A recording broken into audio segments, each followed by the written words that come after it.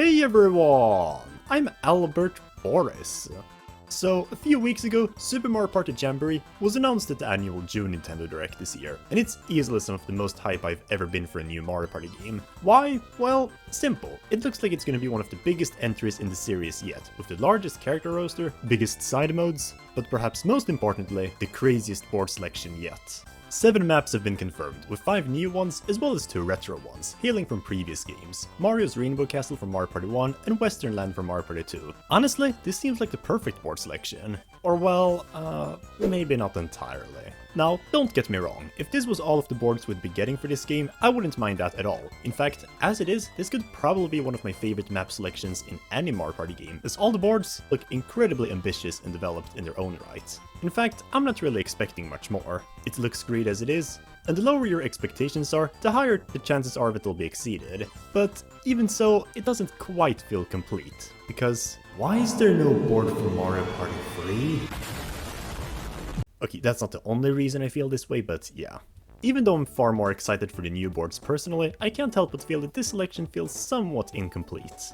Already, it's kind of bizarre that once again, Mario Party 3 got the short end of the stick as far as representation goes. It only got 1 board in Mario Party Superstars, while the other games got 2 each, and now it doesn't have a board at all, it seems. And on one hand, it's not too shocking since Mario Party 3 has always been the least popular N64 entry, as sad as that is, but it's still inconsistent. And even disregarding that, as well as my immense bias for this gem, it's just weird that they so casually announced all the boards we'll be getting at once.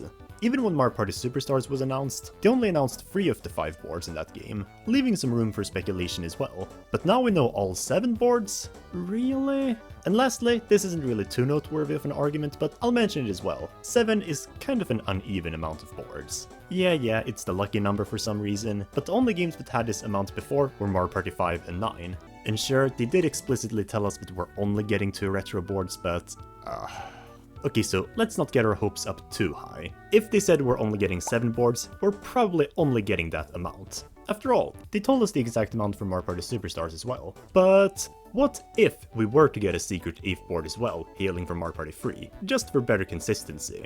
I mean, where's the harm in speculating, as long as we take it with a grain of salt, and keep our expectations low? I just came home from a lovely vacation in Denmark and wanted to get out at least one smaller video before I make some big projects, so I thought, why not do this fun little prediction? What would a secret Mario Party 3 board be, if it were to appear? This prediction will be based on mainly 3 factors. 1. How distinct is the board from the currently confirmed ones? This is probably the most important thing to consider. If it's too overlapping with something, it would just be repetitive, whether it's visually or mechanically. 2. How much of a fan favorite is it?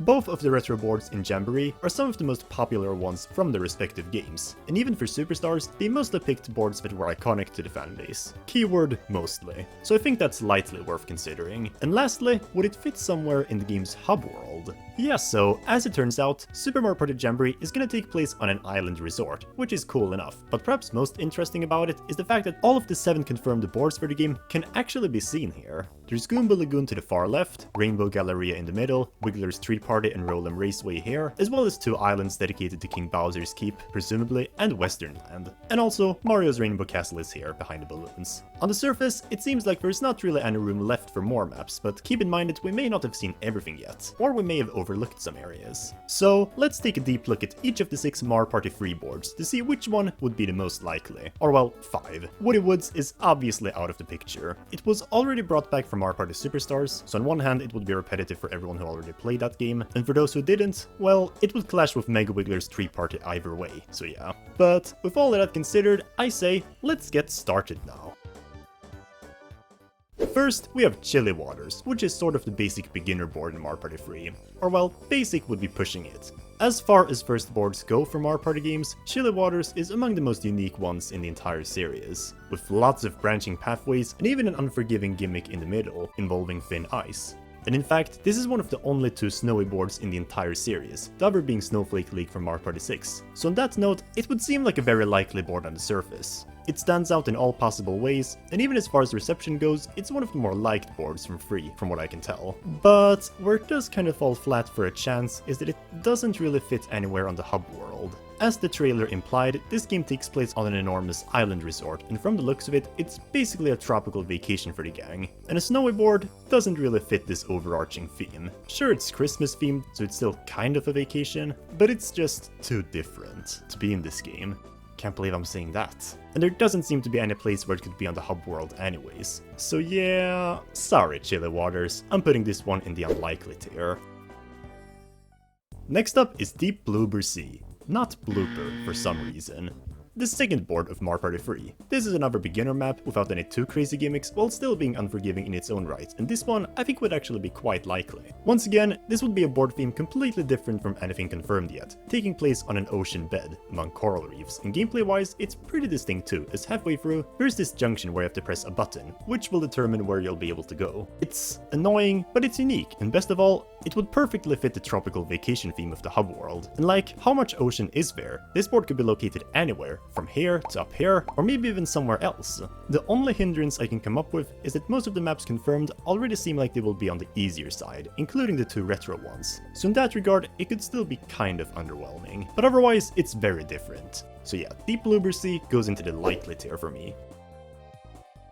Now, Spiny Desert, on the other hand, is a bit of a more complicated board to discuss. On the surface, this would probably seem like one of the least likely maps to make an appearance, because guess what? It's a desert. Then you know what else is a desert? Western land. But I don't think that automatically rules it out, because these are two very different kinds of desert boards.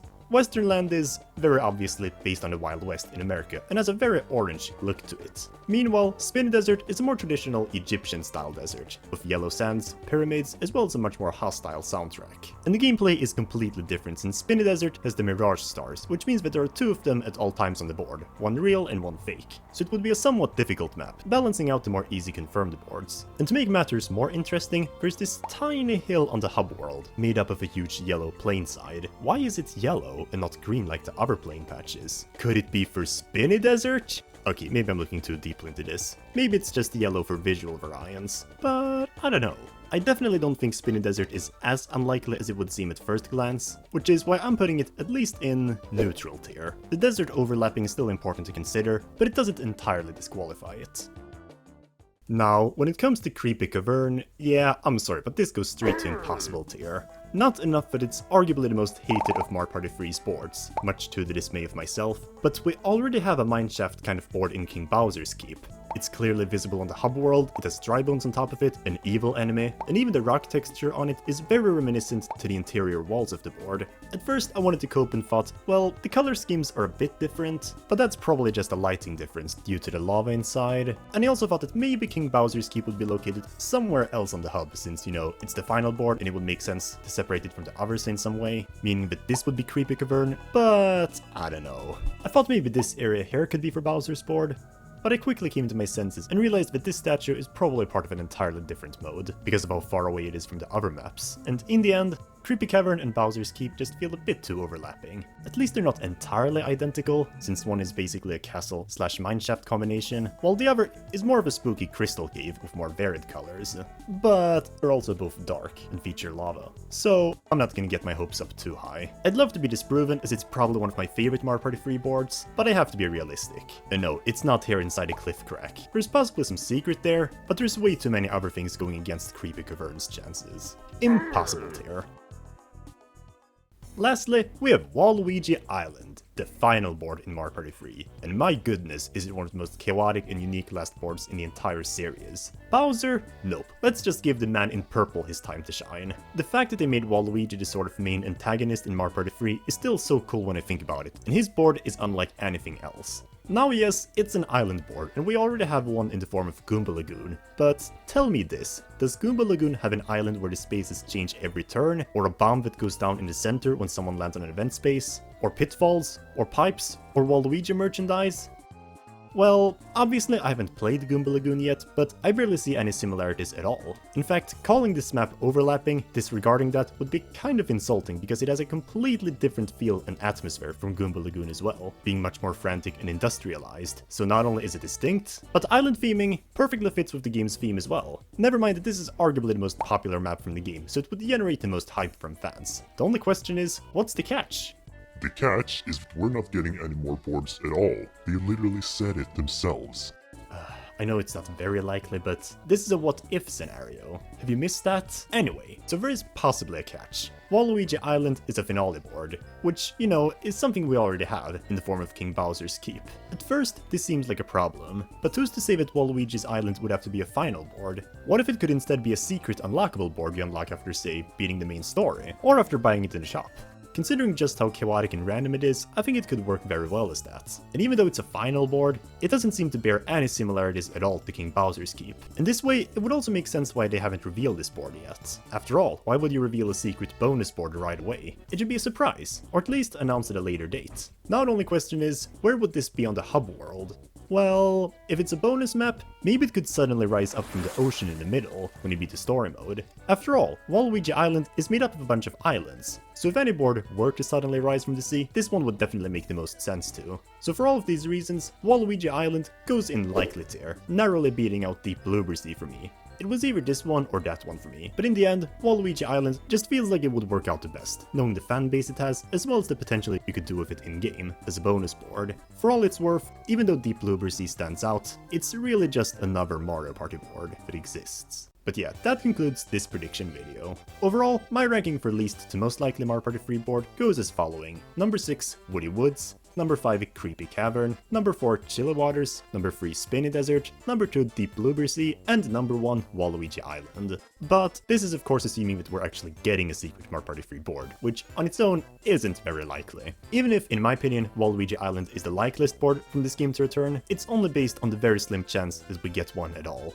It's not confirmed, we already have 7 other ambitious boards, and for all we know, maybe Rainbow Castle and Western Land were originally just going to be DLC for Superstars, before they thought about quickly porting it over for this game, so it's just pure coincidences we have them here. There's a lot of variables that go into this, and the best thing to do is to just expect nothing. That way, you won't be disappointed at all if there isn't a secret board, but if there is, your expectations will no doubt be exceeded. And that's all I wanted to say, I think. Yeah, that wraps up this short little discussion video on the likeliest Mario Party 3 boards to make a return in this game. But what would your ranking of these maps look like in terms of likelihood? Did you agree with me or not? What boards would you pick from the game if you were in charge? Let me know in the comment section down below, and make sure to like, share and subscribe to my channel if you want to see more videos like this. Join my Discord server, Green Pipe City, and follow me on Twitter and Patreon, and I'll see you all soon. Until next time.